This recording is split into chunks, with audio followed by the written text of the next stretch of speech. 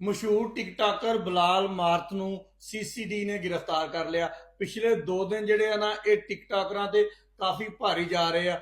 ਨਦੀਮ ਨਾਨੀ ਵਾਲੇ ਨੂੰ ਕੱਲ ਲਾਹੌਰ ਦੇ ਵਿੱਚ गिरफ्तार कर लिया ਤੇ ਅੱਜ ਮੰਡੀ ਬੌਦੀਨ ਦੇ ਵਿੱਚ ਬਿਲਾਲ ਮਾਰਥ ਨੂੰ गिरफ्तार कर लिया गया। सीसीडी वालों का कहना वा कि मुबैना तौर पर बिलाल मार्थ अपने साथियों के नाल भारी असला यानी कि वह असला जिहड़ा ममनू हैगा जिहदे विच कलैशनकोफ आ जाती है, बाकी दूसरिया तीसरिया चीज़ां आ जांदियां, ये लैके ते एक विआह दे उपर गया होया सीगा।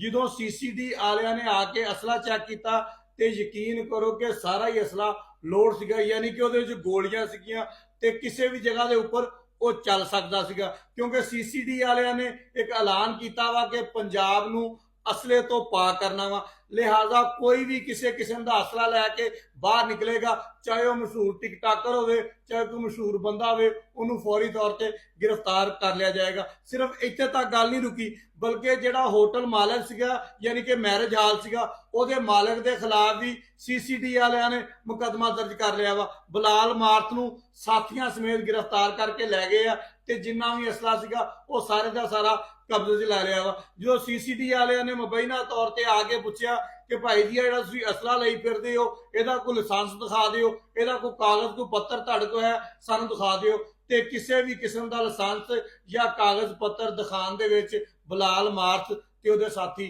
नाकाम हो गए। बहुत शुक्रिया।